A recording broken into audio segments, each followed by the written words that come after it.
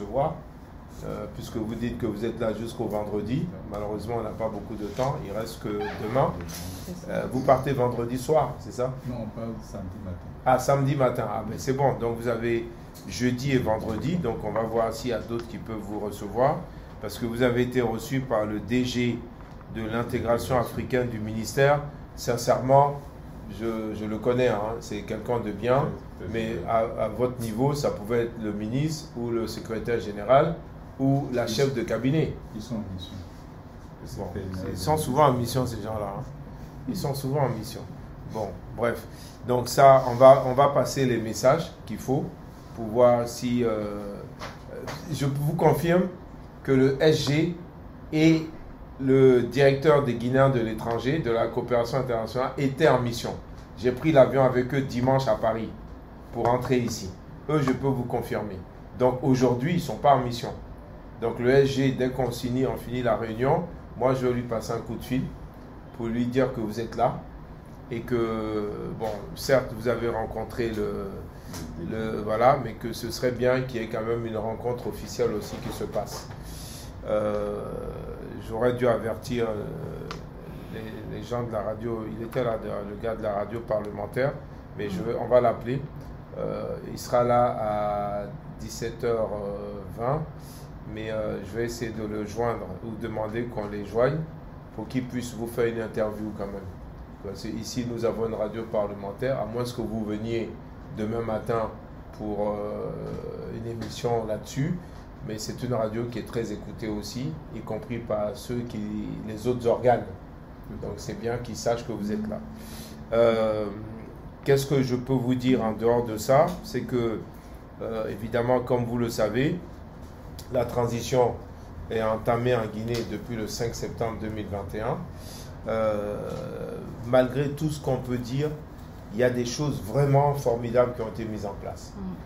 Surtout pendant les premières années. On sentait cette espèce d'espérance des populations qui étaient prises en compte.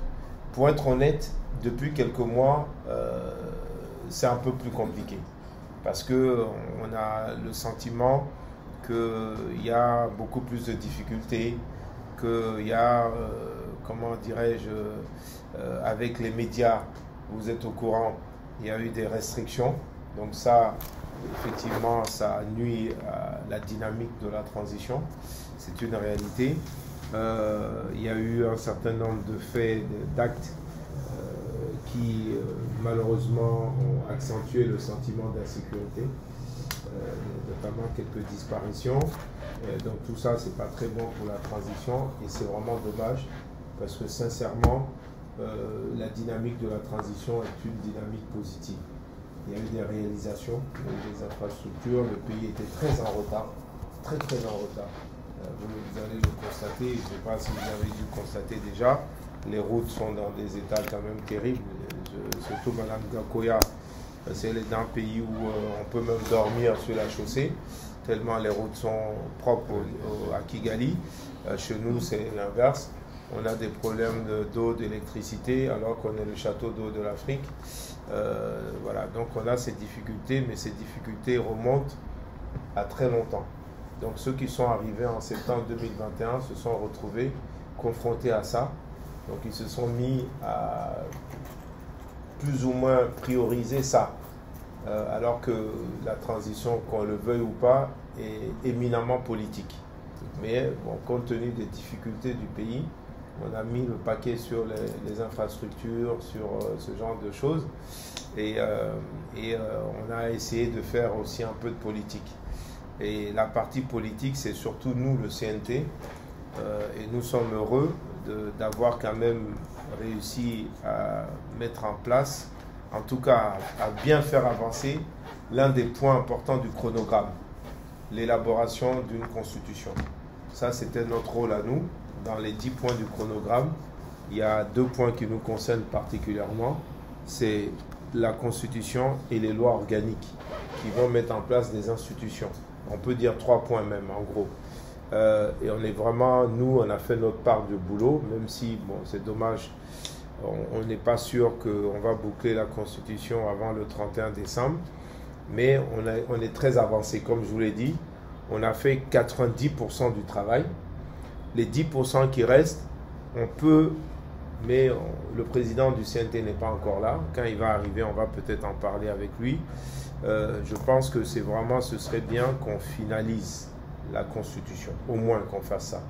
Parce qu'on a fait une grande tournée dans toute la Guinée et sincèrement, les populations ne nous ont pas beaucoup embêtés sur la Constitution. Elles nous ont surtout parlé de leur quotidien difficile, des routes qui ne sont pas bonnes, de l'eau qui manque, de l'électricité qui manque aussi, et des difficultés même au niveau des terres. Oui. Des terres.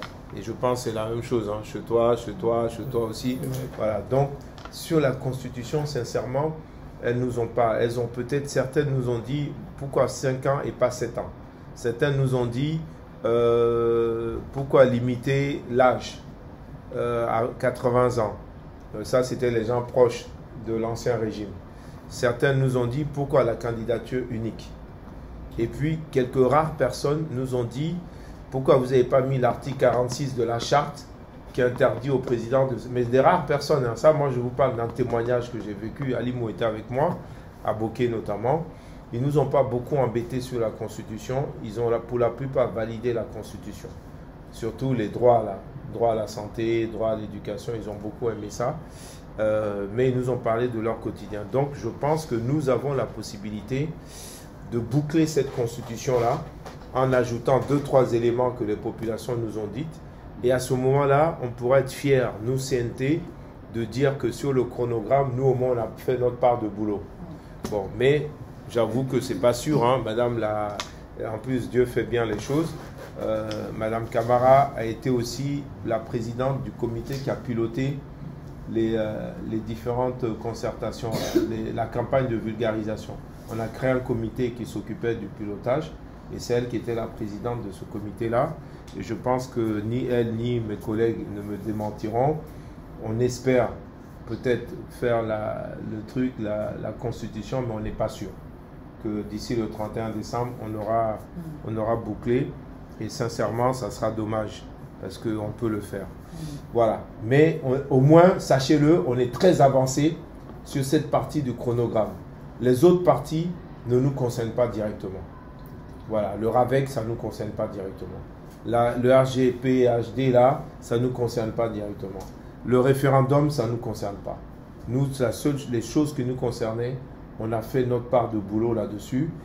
Sur les 10 points du chronogramme, je vous l'ai dit, je vous le répète, c'était faire une constitution, faire les lois organiques et prévoir la mise en place des institutions. Voilà ce que je peux vous dire. Maintenant, mon regard global sur la transition, je l'ai dit aussi, c'est une dynamique positive. Jusqu'à ces derniers mois où malheureusement, avec les restrictions sur les médias, quelles que soient les raisons, il y a des raisons, hein. Il y a eu des journalistes qui ont dépassé les bornes. Mais nous pensons, ou je pense, que quand il y a des journalistes qui dépassent des bornes, il faut taper sur les journalistes, mais pas sanctionner tout un média. Parce que malheureusement, c'est des emplois en moins et c'est des situations compliquées. Le CNT fait office de médiateur sur cette question-là. On a créé une commission. Moi-même, j'ai assisté aux réunions. La vice-présidente était présente aussi pour essayer de faire la médiation pour que le gouvernement libère. Donc, franchement, on était bien avancé jusqu'à ce qu'on ait l'urgence de faire la constitution qui a fait que cette affaire a été mise pour l'instant en suspens. Mais on a beaucoup d'espoir que pour 2025, il y ait cette libération-là, parce qu'on était très bien avancé. Et on sait que le gouvernement aussi, sous la houlette du nouveau Premier ministre, avait commencé aussi d'agir là-dessus. Voilà, donc on peut être quand même optimiste de ce point de vue-là. Maintenant, sur tout ce qui concerne les élections, nous, ça ne nous concerne pas directement.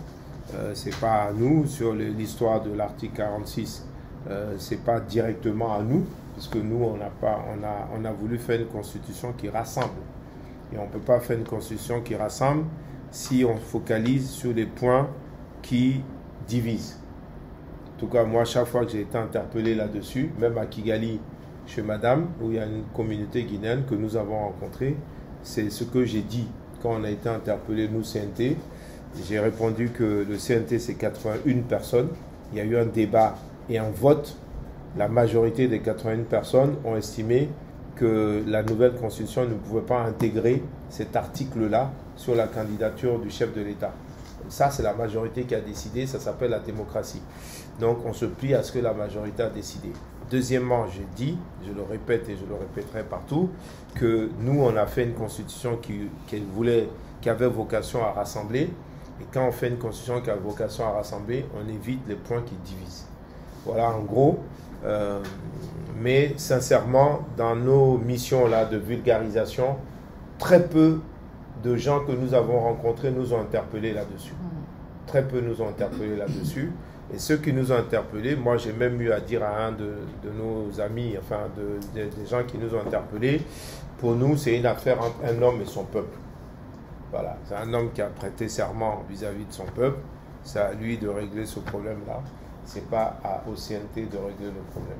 On dit voilà. Le peuple est souverain. Voilà, et ça, Dieu merci, ça m'a sauvé. Parce que les gens ne m'ont pas relancé là-dessus.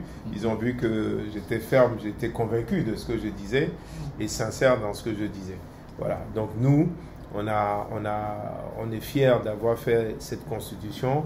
Malheureusement, on est encore au stade d'avant-projet. Et donc, quand le président va arriver, on va se battre pour savoir si c'est... Ça va être difficile, hein, je sais, mais je le dis quand même.